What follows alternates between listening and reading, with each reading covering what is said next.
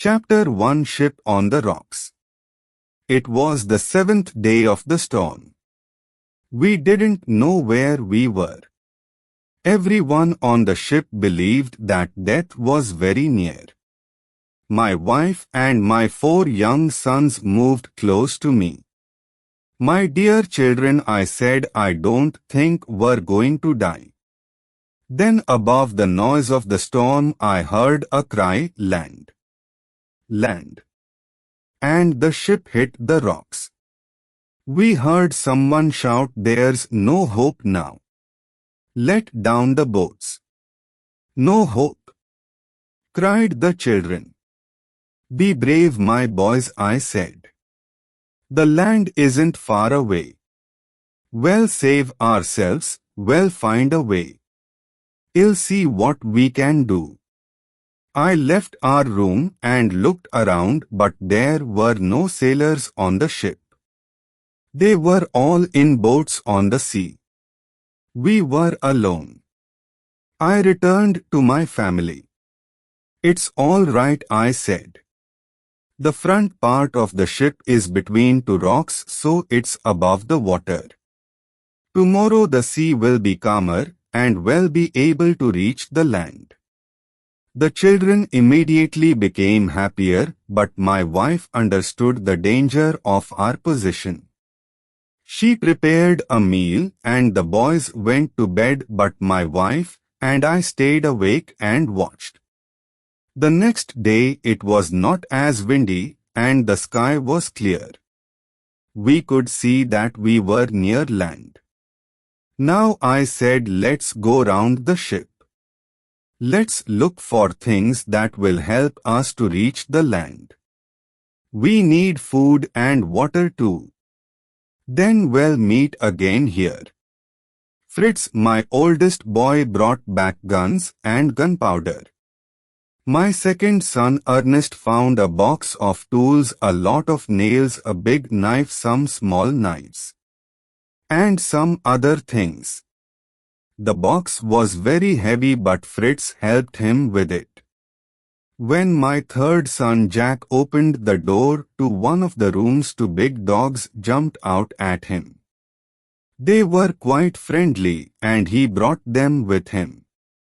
Then my wife came with Franz, our youngest son. Good news, she said. A donkey, 2 goats, a pig, 6 sheep, and some chickens are still alive. I said, those will all be useful, but not the dogs. They'll eat too much. But father said, Jack, they'll help us to catch animals for food when we reach the land. Yes, I said, but we haven't reached it yet. We need to make a boat. Let's get some barrels and some pieces of wood. So we started to work and we made a boat. We used one of the pieces of wood to hold the sail. At last everything was ready and we lowered the boat into the sea. It was too late to leave the ship that night, so I tied one end of a long rope to our boat and the other end to the ship. Then we had a meal and went to bed. Chapter 2 The Island. We all woke up early the next morning. I called the children together and said, first we must feed the animals. I hope we'll be able to come back for them later. Then let's take everything that will be useful to us. We took guns and gunpowder and bags of food. We took some cooking pots, the tools, nails and knives. We brought sailcloth to make a tent. The chickens seemed sad, so we brought them too. The dogs, I said, can swim behind the boat. At the last minute, my wife came carrying a big bag. I didn't ask her what was in it. At first the boat turned round and round, but after a time I learned to sail it. Look! Cried Fritz as we came nearer the land. Those are coconuts. We'll have coconuts to eat. The dogs were swimming towards calmer water. They know the best place to land, I said. I'll follow them. 3 of the boys jumped onto the beach. Then they helped Franz to follow them. We took everything out of the boat and freed the chickens. Then I cut some wood from the trees, put it in the ground, and made a tent from the sailcloth. Now I said to the children, go and bring some dry grass for our beds. While they were doing this, I found some big stones for a fireplace. I soon made a good fire using dry wood from the beach. My wife got a pot of water from the river and put it on the fire. Then, helped by little Franz, she began to cook a meal. Fritz took a gun to the other side of the river. Ernest went to the right along the beach and Jack went to the left. Suddenly I heard Jack shouting. I took a gun and ran to help him.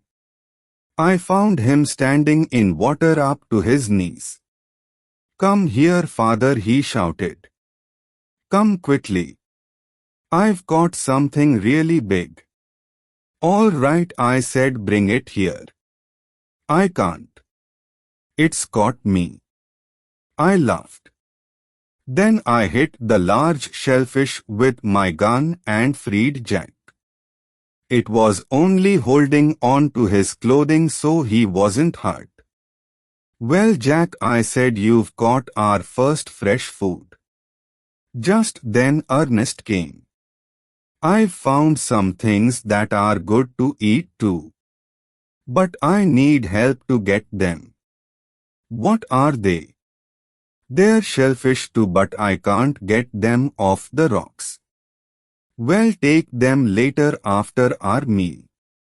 The food's ready, said my wife, but we should wait for Fritz. She looked at her pot. How shall we eat it?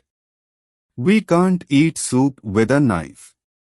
We need spoons, but we haven't got any. We can cut coconuts in half and use them. We can, but we haven't got any coconuts, I said. There are the shells on the rocks, said Ernest. We can use them if you help me. Fritz arrived, so the boys all went to get the shellfish. When they came back, Jack tried to open one with a knife. I can't do it, he said. I can't open it. Put them near the hot fire, I said, and they'll open without your help. So we sat down to our meal. We ate the shellfish first, and then we used the shells as spoons for the soup. But we haven't got any plates, said my wife.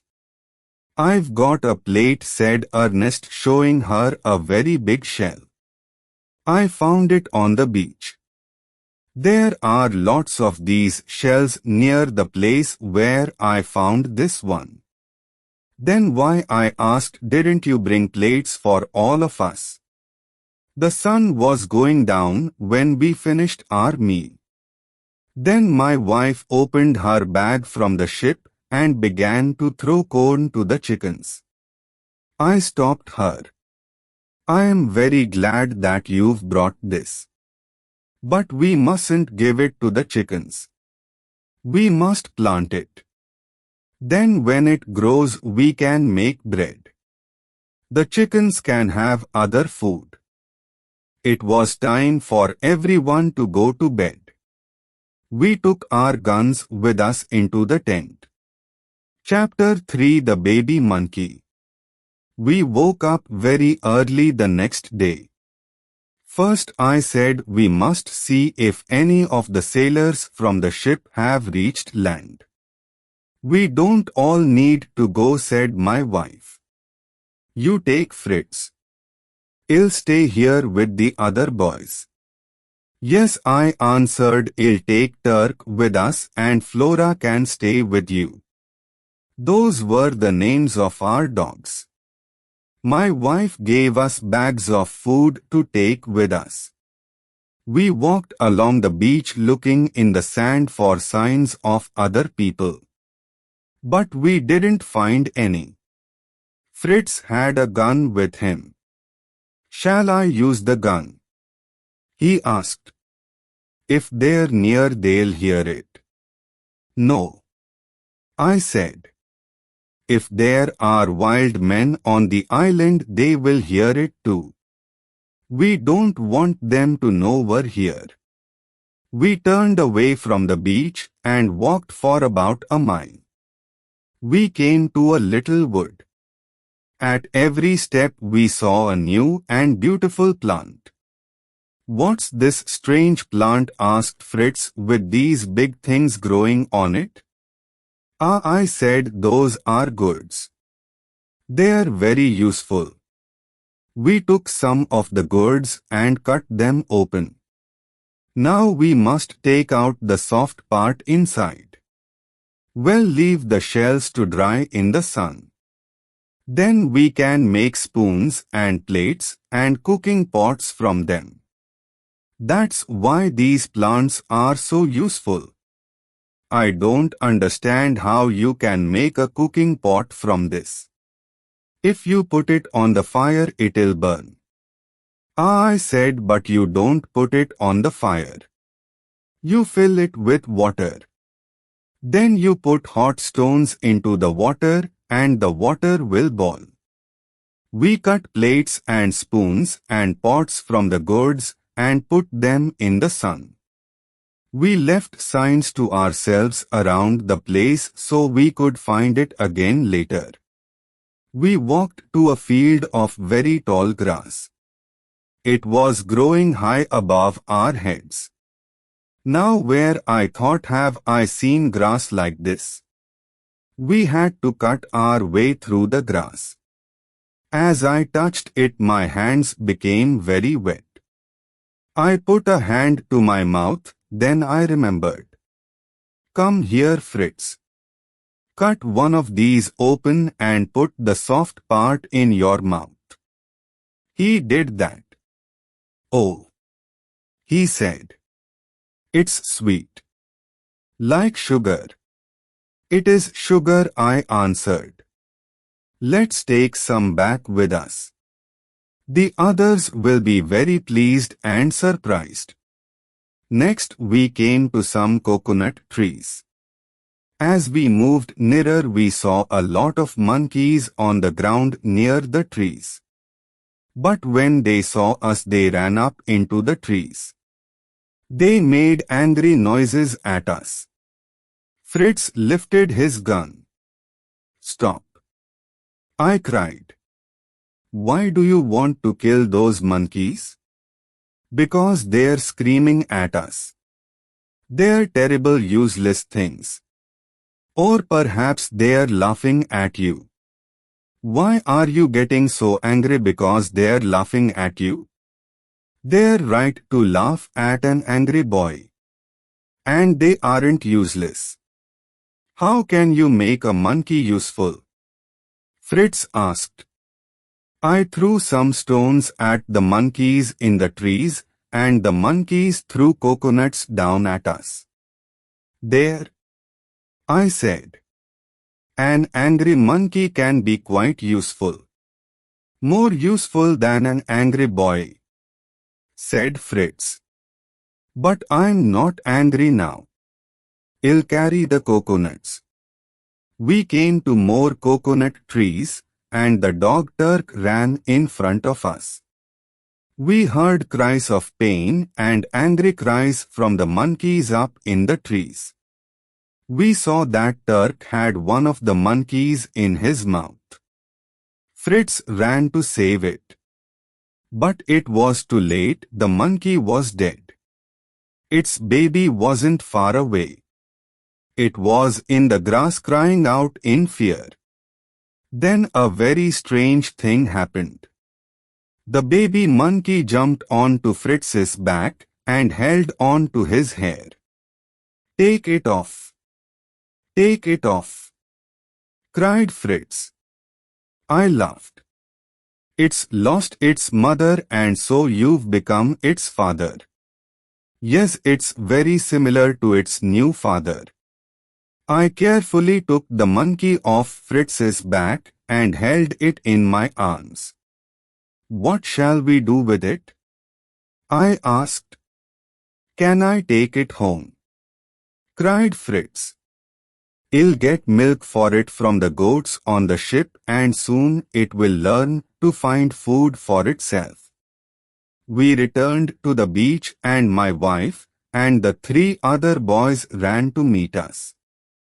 They were very pleased to see the little monkey. What are those sticks? They asked.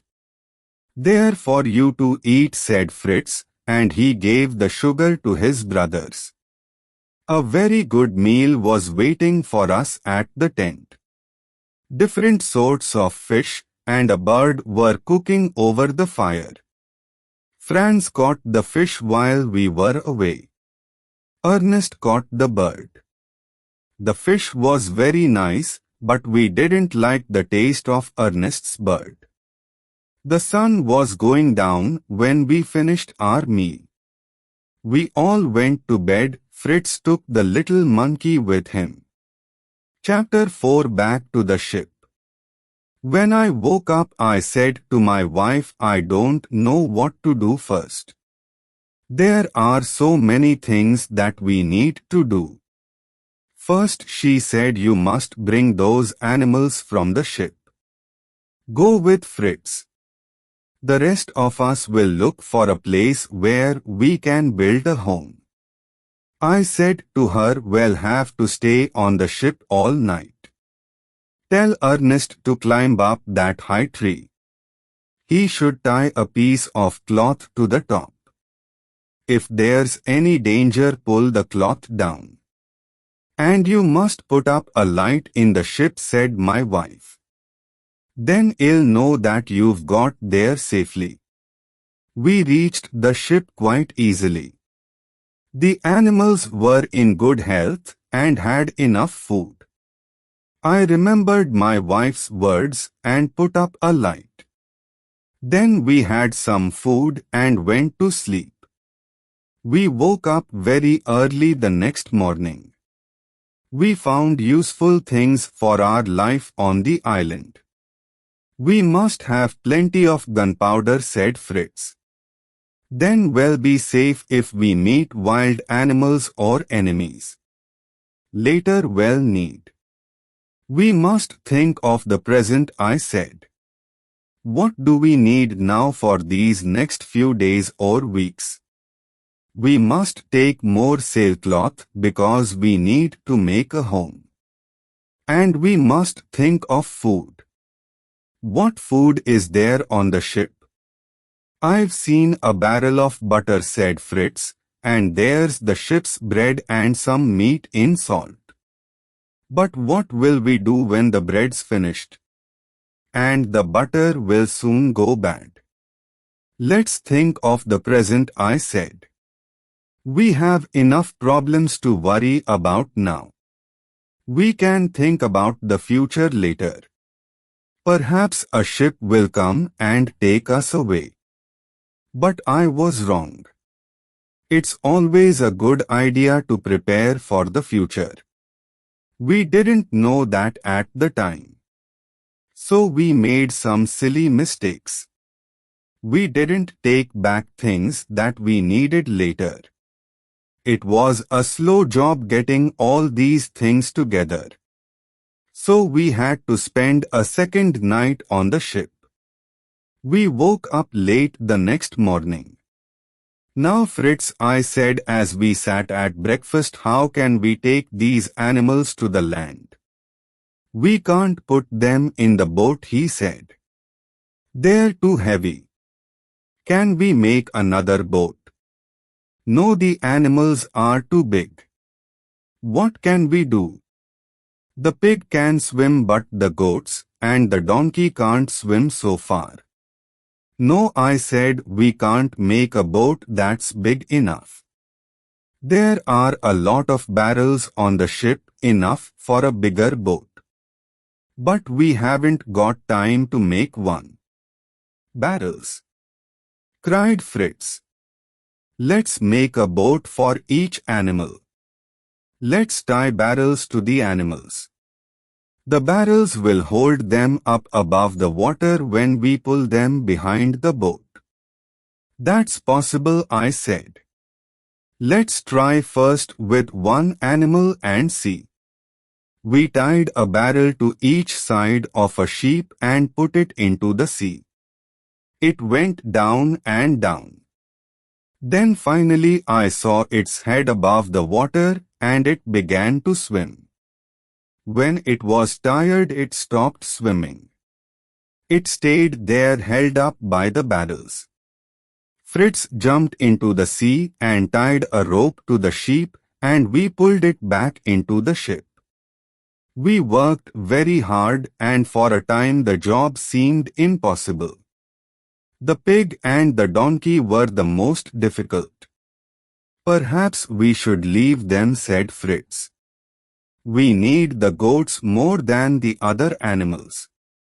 We tied barrels to the goats, and then we tried again with the pig and the donkey. The donkey seemed to understand, but the pig gave us a lot of trouble. The pig's very fat, said Fritz, and pigs are good swimmers. Perhaps its fat will keep it up in the water. So we didn't tie barrels to the pig. At last we got all the animals into the water. Then we climbed into the boat and put up the sail. There was a strong wind, and we soon reached the land. I cut the barrels from the animals, and they came up onto the beach. They were glad to be on land again. My wife and the boys came running. My wife was surprised to see all the animals, even the pig, safe on the land. How did you think of using the barrels? She asked. I didn't think of it, I answered. This was Fritz's plan, not mine. Chapter 5, A New Place. What did you do, my dear, while Fritz and I were on the ship? I asked. I found a place for our new home, said my wife. It was impossible to stay in the tent because it was so hot. And there are no trees here that we can sit under. So Ernest and Jack took their guns, and we took enough food with us for the day. The dogs came too. We came to a river and crossed it on stones. Then we walked up to higher ground. From there I could see a small group of 10 or 12 trees. They were the biggest trees that I've ever seen. We stopped and ate our lunch there. It seemed to me to be the perfect place to live. There. Now you know my story. I went to look for a new place to live, and I found one. Promise me that we'll go there tomorrow. We'll make a home for ourselves in one of those big trees. What? I said, laughing. In a tree. A tree house. We can live under a tree, but how can we get up into the tree? Fly? You can laugh if you want to. But I'm sure that we can build a small hut in the branches. Well, think of a way to get up there. Right, I said. We'll all go and see the place tomorrow. Then we'll think about what we can do. During the night I thought about our conversation. Then as we sat at breakfast the next day, I said, yes, we'll move to the place that you saw on the other side of the river. I turned to the boys and said, now what's the first thing that we must do? I know, said Jack. We must move the tent there and then take all our things and the animals. What do you think, Fritz? The place is on the other side of the river. Mother Ernest, Jack and Franz went across on stones. But the donkey and pig can't cross on those stones, and we can't carry our things across the water. We must build a bridge. That's the first thing, isn't it? No, said Ernest. First we must go out to the ship and bring back wood for the bridge. We don't have to do that, said Jack. There was a lot of wood on the beach where that shellfish caught me. It's come from other ships and there will be more there now. Good boy, I said. Let's see what we can find. Jack was right. We found plenty of wood. We tied together the big pieces which were useful to us. We pulled them to the mouth of the river.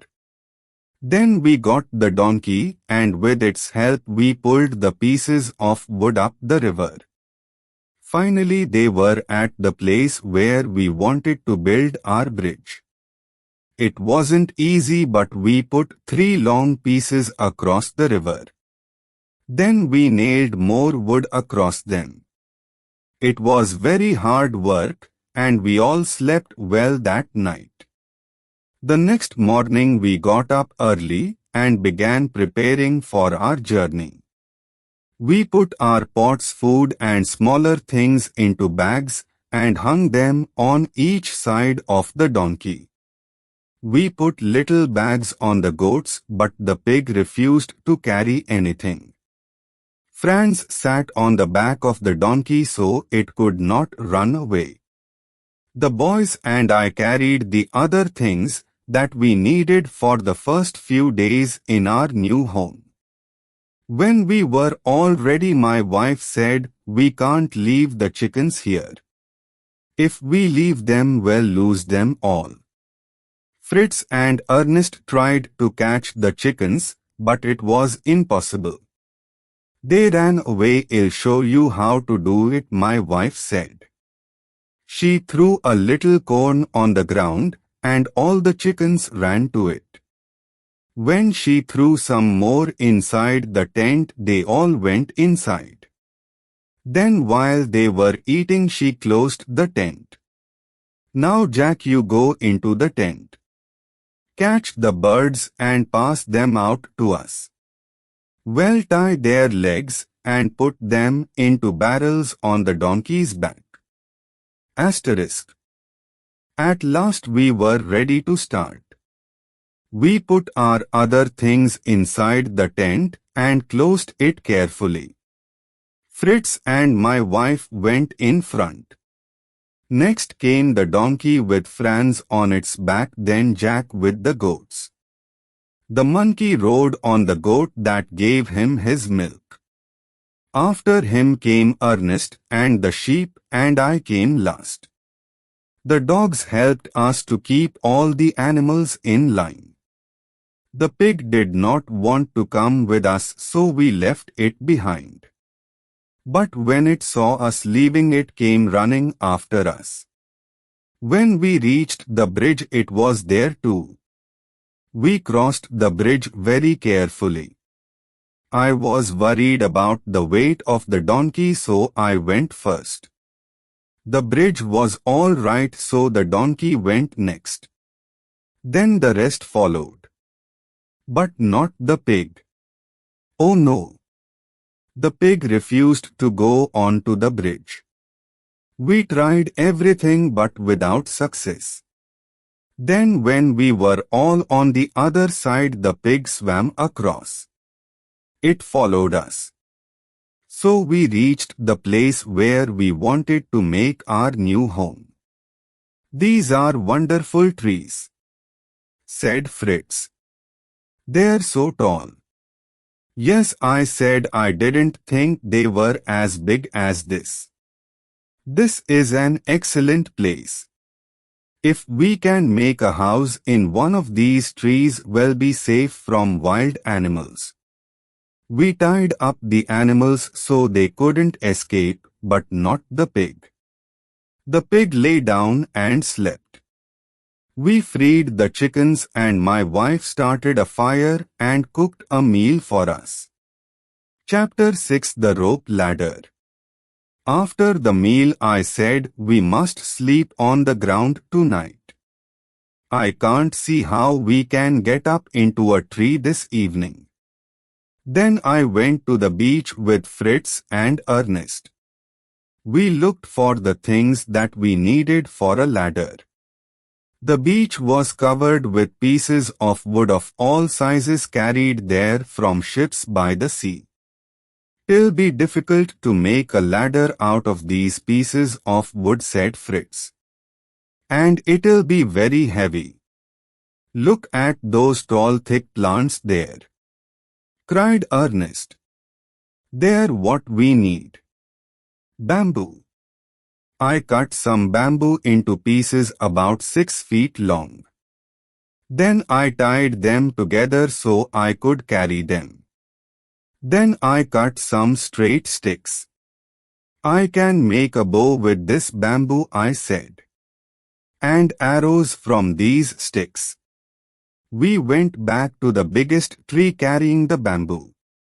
We put it on the ground. "That branch is about 30 feet high," I said. "We've got more than 60 feet of thick rope and a lot of thin rope. Now we'll put 2 long pieces of rope on the ground and well-cut pieces of bamboo 1.5 feet long. Fritz, you cut the pieces. Ernest will help me with the rope." So we began to work. Now I said we must tie pieces of bamboo across the ropes to make steps. Then we'll have a rope ladder. We worked very hard and after a few hours our ladder was ready. Then I made a bow from another piece of bamboo. "Ernest," I said, "make arrows from these sticks. Put a big nail in one end." "Oh!" cried Jack. "A bow and arrows. What are you going to do with them?" "I want to play with them." "I am not making a toy, Jack. I am going to shoot with this."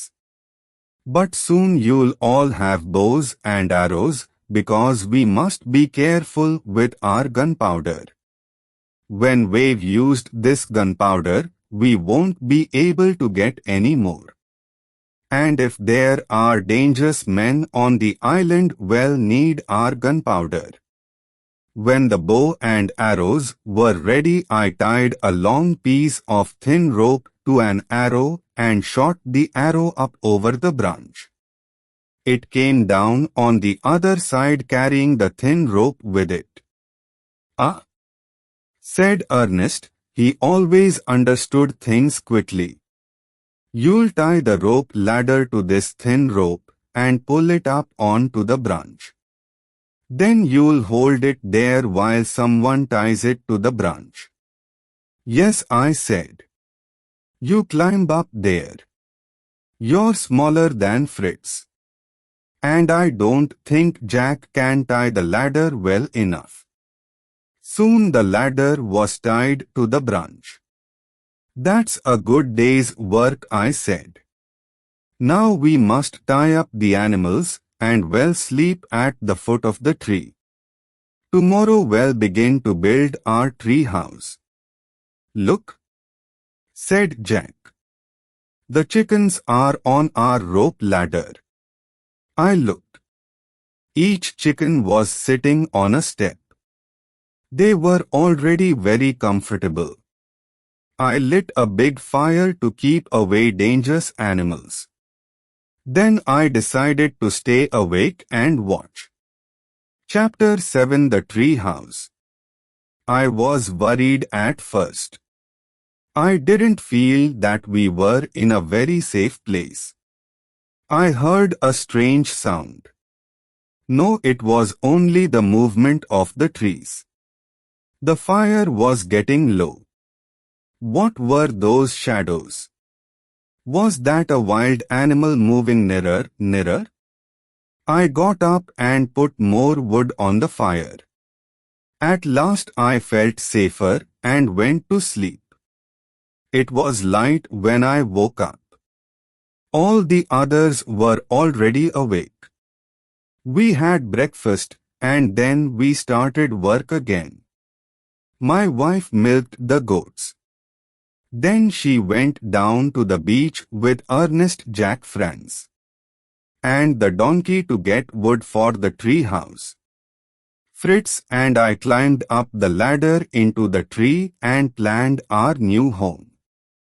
These branches, I said, are thick and close together and they come straight out from the tree.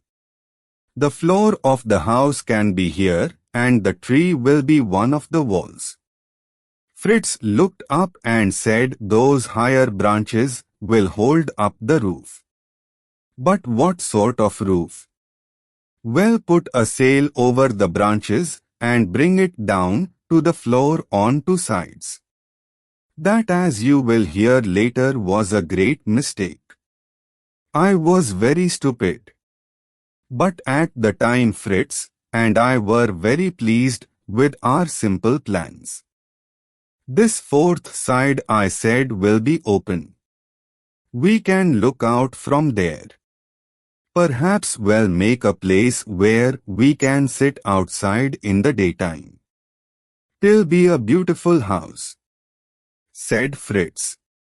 Then my wife and Ernest arrived. The donkey was pulling a lot of wood behind it.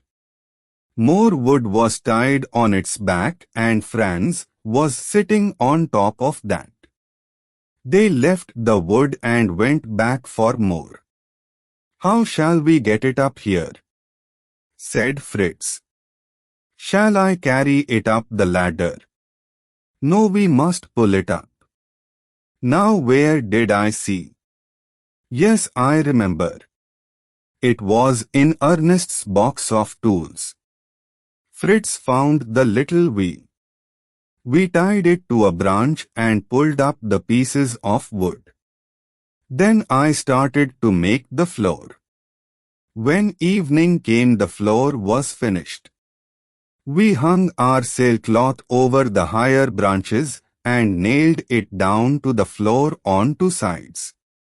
On the fourth side we could see across the country round us and plenty of air could come into the house. There, I said, our house is finished. Then I saw that there were more pieces of wood. We'll make a table and some chairs from these tomorrow. Tonight we'll sleep in our new house. The three older boys quickly went up the ladder carrying everything for their beds. My wife was afraid of the ladder, but she reached the top safely. Then I took Franz on my back. I untied the ladder from the posts in the ground, climbed up and pulled the ladder up after me. Now we're safe in our tree house, said Jack. Nothing can climb up here. Oh, cried Fritz. Where's the monkey? There, said Ernest, pointing to Fritz's bed. A monkey can climb up anywhere. I kept my gun by my side. I was still not sure that the animals below were safe. But the night passed quietly. Chapter 8. Back to the tent. After breakfast, Fritz and I started to make a table. Suddenly we heard a loud bang, and a small bird fell almost at our feet. That was a good shot, said Ernest, picking it up. He was very proud. It wasn't good, I said. We can't use our gunpowder like that. We can use the guns to shoot large animals for food. But for birds and small animals we must use bows and arrows. Look at the bow and arrow that I've made, Ernest. Try to make better ones and learn to use them. When midday came, we put some barrels round the new table. We were ready to eat our first meal at it. Where are Ernest and Jack? Asked my wife. Let's start. If they come late, they won't have any lunch. Maybe something has happened to them, said my wife. I can't eat if they're not here. We waited. I'm sure nothing has happened to them, I said at last. They're young and silly and don't notice the time. Put the food on the table. Then Ernest and Jack arrived carrying bows and arrows. Look, said Jack before I could speak. He held out two very small birds. We shot them with our bows and arrows. I'm very pleased about that. But I'm angry because you're late. Your mother's been worried about you. Sit down and eat your lunch. We only had meat and a little bread for lunch. The bread was very hard. The meat was an animal that I shot the day before. I left some things at the tent, said my wife. If we get them, I can give you better meals. We left and walked towards the beach. The dogs went in front. This time the little monkey was riding on Turk's back. Then came Fritz, Ernest, and Jack with their bows and arrows. My wife and Franz and I came last. There was still a lot of wood on the beach, and I noticed two long pieces just the same shape. Their ends were turned up. Now where, I thought, have I seen pieces of wood shaped like that? Ah, I remember. In Switzerland, of course. We reached the tent and found everything in the same place as before. Everyone looked for the things that they wanted. Fritz got some gunpowder while I found the butter. My wife pointed to a bag that I remembered putting into our boat. What is it? I asked. Ah, she said. That's what I wanted for our lunch. Potatoes. There are only enough for one meal, I said. But if we plant them, we'll have plenty next year, enough for all our meals. Jack was listening to this. We can eat these potatoes, and then we can find wild potatoes, he said. You found sugar and coconuts. No, Jack. Wild potatoes grow on the top of high mountains. And they are very small and not very good to eat. These potatoes are different from wild ones. We must make a garden and grow potatoes in it. But what can we eat now? Asked Jack. I'll see what I can find, I answered, until our garden's ready. There are some wild plants that we can use. Next, Fritz and I went to get salt. The sea water dried on the rocks and left salt behind. We were able to get enough to give our food some taste. But we were stupid not to take more than that. Chapter 9. The Sledge. Later in bed, I thought that barrel of butter was very heavy.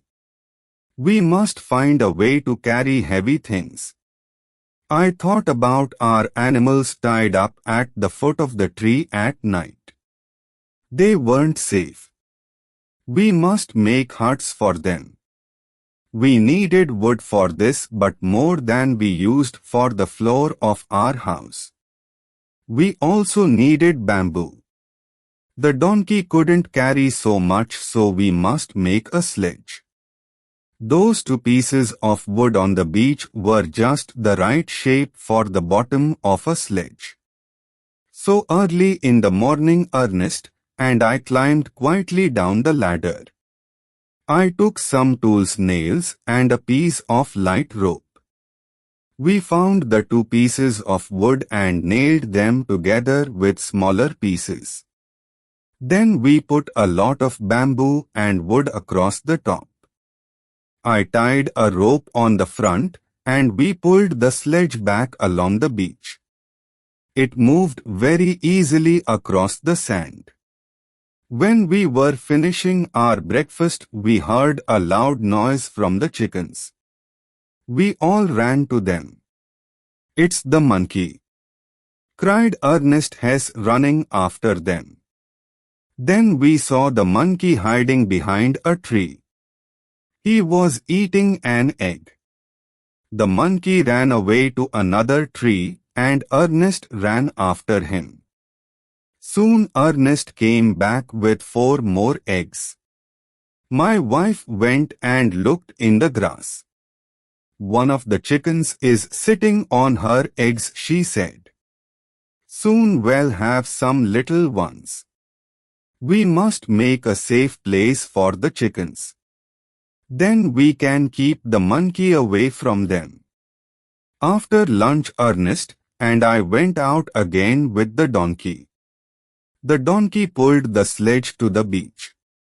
We put more wood and bamboo on the sledge, and then I looked at the sky. "We must go home," I said. "There are clouds in the sky, and the wind is getting stronger." Then I looked at the place where the ship was still on the rocks. Another storm could carry the rest of it away. We must make one more journey to the ship before it broke into pieces. Why was I so stupid on our last journey?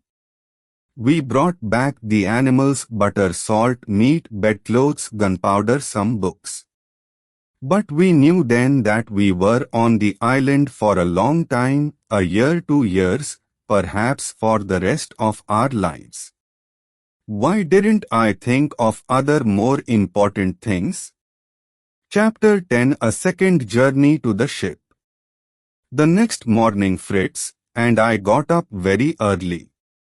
We went to look at our boat.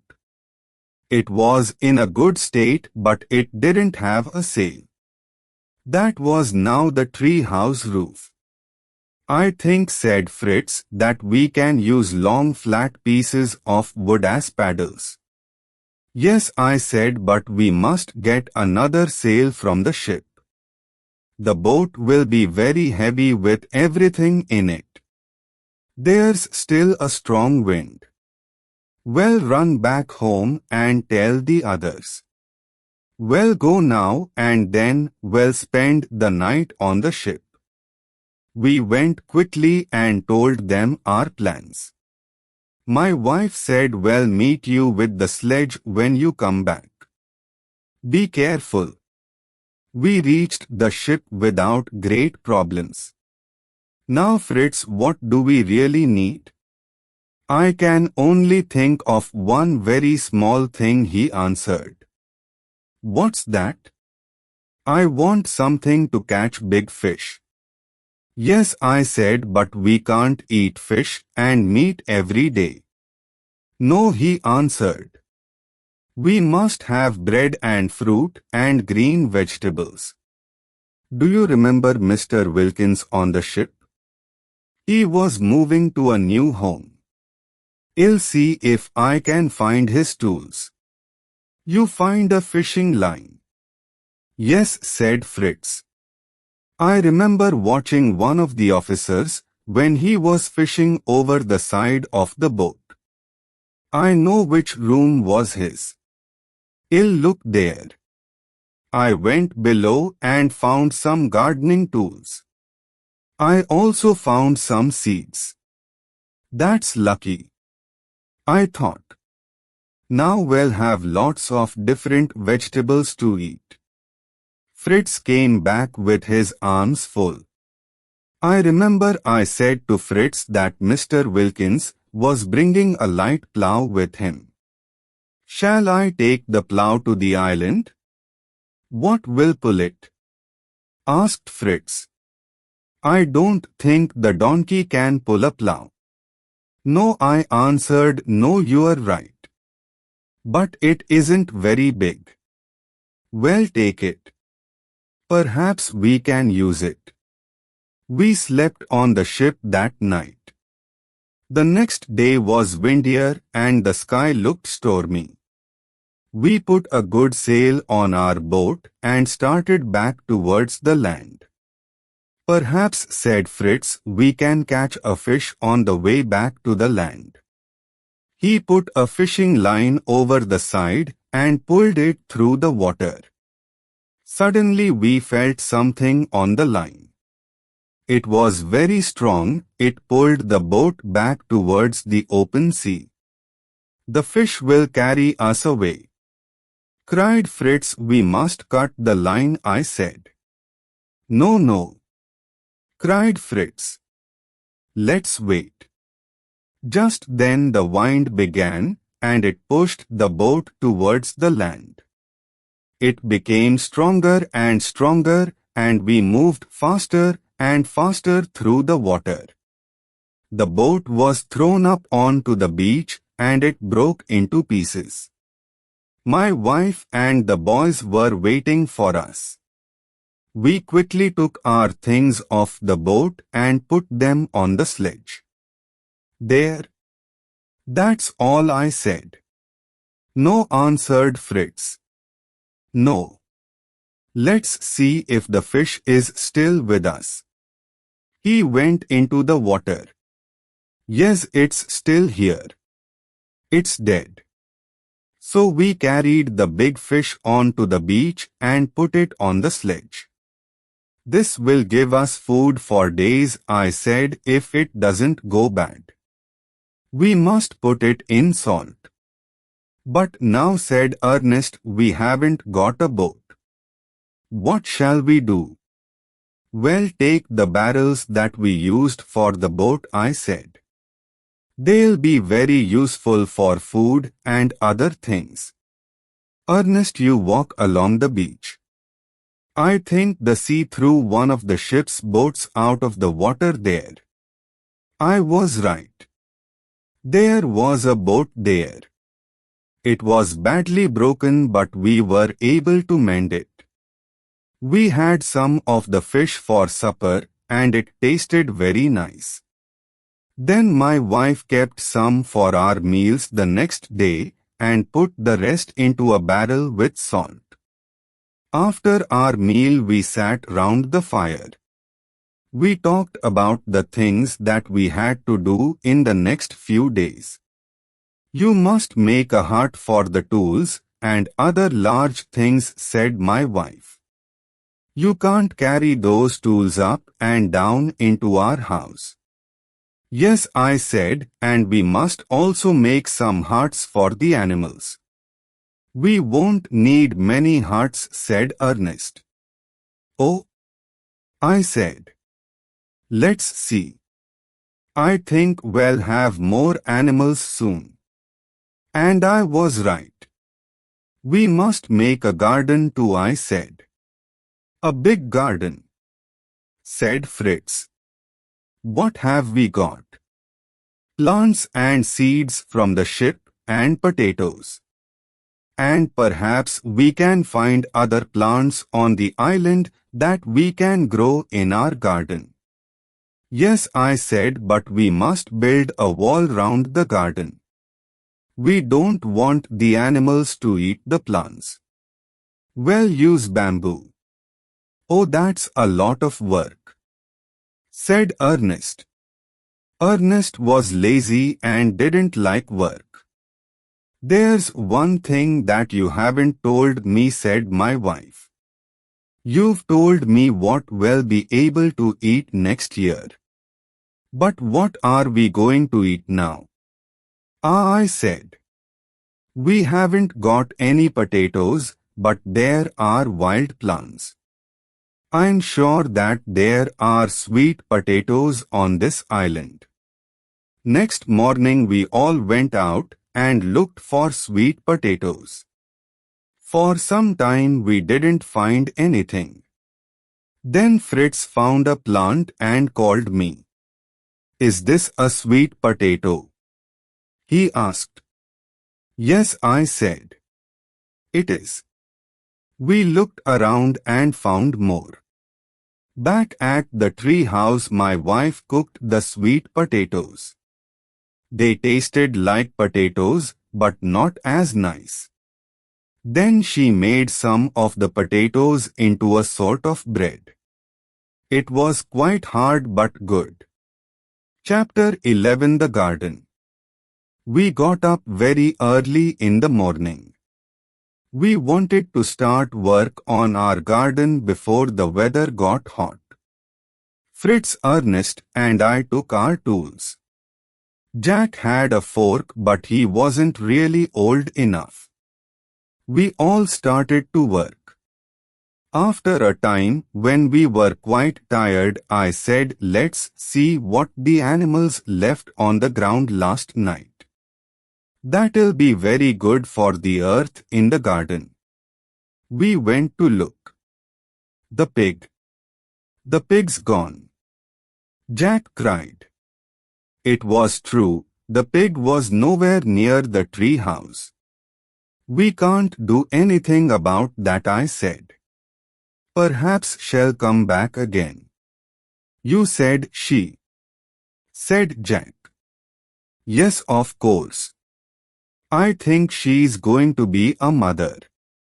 Perhaps she's gone away to the forest to have her babies there. Then she'll come back, I hope." We went back and worked again in the garden. We were all very tired when it was time for the evening meal. We had fish and sweet potatoes. Now I said we must work in the garden again tomorrow and plant all the seeds from the ship.